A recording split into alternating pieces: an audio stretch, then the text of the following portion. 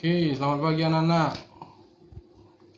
Kali ini kita akan kolaborasi antara Jatibarang dengan Indramayu tentang pendidikan agama Katolik.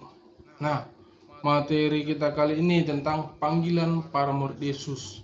Di sini mungkin Indramayu sudah mempelajari materi ini terlebih dahulu, tapi tidak masalah, kita bahas kembali.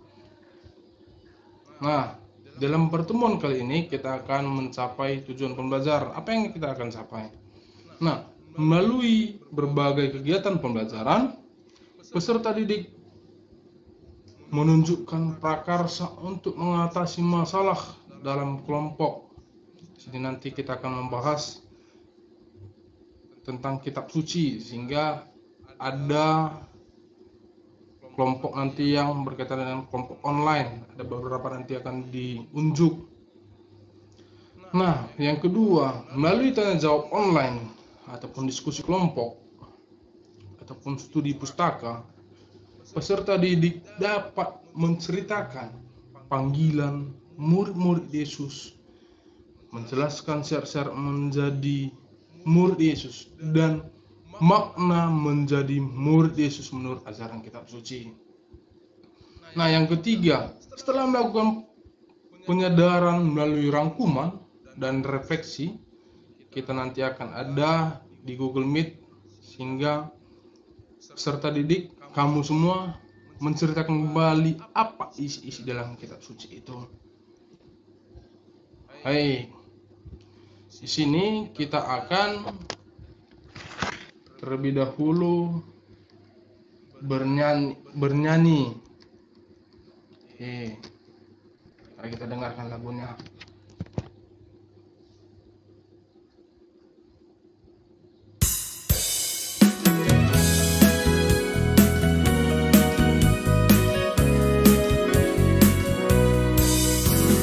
Dengar dia panggil nama saya, dengar dia panggil namamu, dengar dia panggil nama saya, juga dia panggil namamu. Dengar dia panggil nama saya, dengar dia panggil namamu, dengar dia panggil nama saya, juga dia panggil namamu.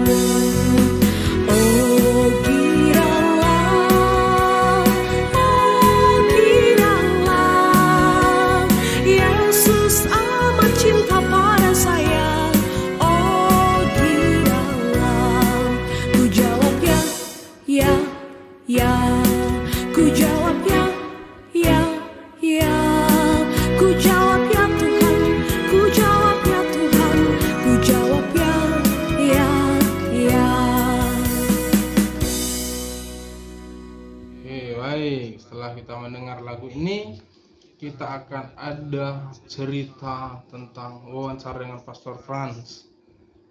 Nah, di sini bisa juga kalian lihat nanti di buku kalian masing-masing. Nah, inti dari cerita ini akan saya jelaskan bahwa Pastor Franz ini dulu dia memiliki cita-cita, ingin bekerja di kantor sebagai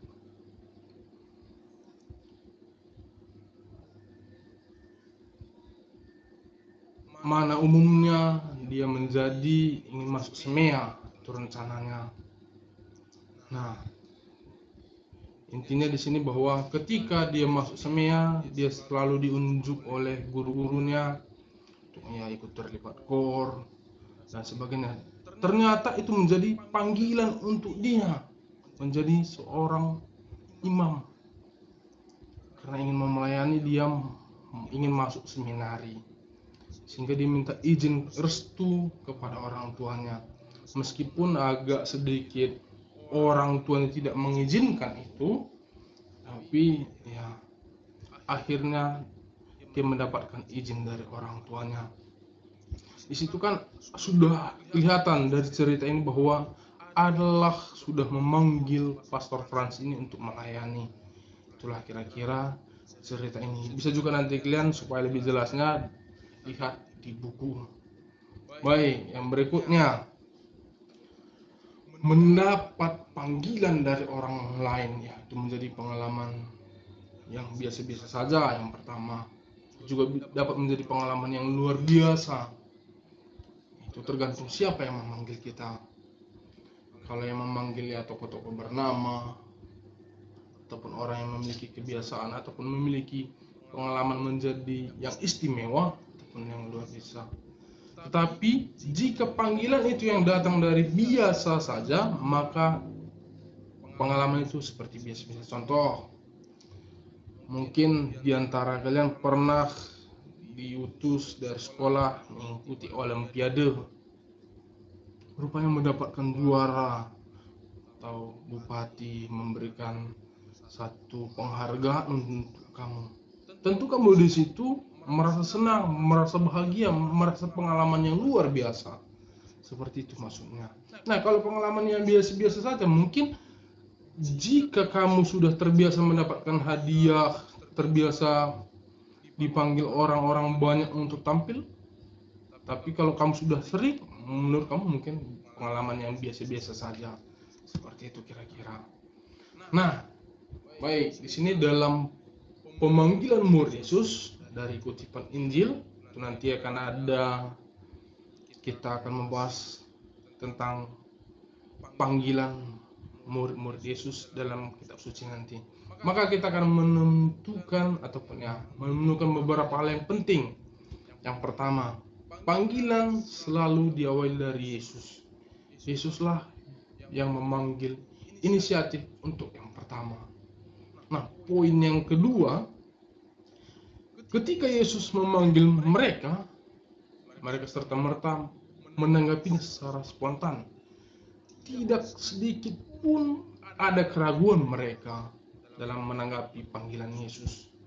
Tanpa mereka pikir panjang, mereka meninggalkan pekerjaannya, bahkan keluarganya, untuk serta segera mengikuti Yesus.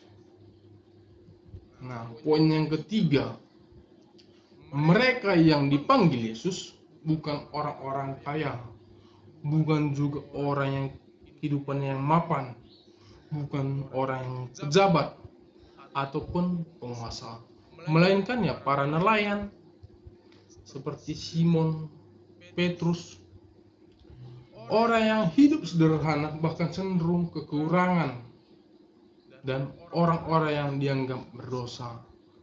Itulah yang dipilih oleh Yesus sendiri. Nah, yang keempat, ketika mereka dipanggil Yesus, mereka meninggalkan maksudnya segala-segalanya pekerjaan mereka, bahkan keluarganya. Mereka pergi mengikuti dan mempercayai bahwa peristiwa ini sangat luar biasa. Kenapa? Karena sebelumnya mereka tidak pernah mengenal siapa itu Yesus. Jadi pengalaman istimewa bagi mereka.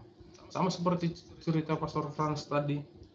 Jadi dia mendapatkan panggilan, dia merasa bahagia, merasa bahwa dirinya itu ada panggilan, ada keistimewaan ke panggilan itu. Oke, baik. Dalam berbagai pengajaran, Yesus menyampaikan beberapa persyaratan. Setiap orang yang mengikuti aku, ia harus mengenal dirinya, memikul salibnya, dan mengikuti aku. Nah, orang yang mengikuti Yesus harus mengambil sikap yang mantap, tidak terlalu banyak pertimbangan, tidak terkait dengan apa yang menjadi miliknya. Mereka juga harus berani melepaskan keterikatannya dengan keluarga. Nah, baik, dari sini kita akan ada pembagian tugas. Ada nanti bagian Matius 4 ayat 18 sampai 22. Lalu ada juga Lukas 5 ayat 27 sampai 32 dan seterusnya. Nah, di pembagian tugas ini apa yang harus kamu cari? Satu, temukan gagasan yang berkaitan dengan panggilan Yesus. Lalu yang kedua, apakah Yesus juga masih memanggil manusia zaman sekarang menjadi murid-muridnya? Nah, itu yang jadi tugasnya. Itu yang menjadikan tugasmu.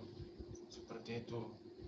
Nah, nanti bisa kamu lihat di Classroom pembagian tugas-tugas dan kelompoknya.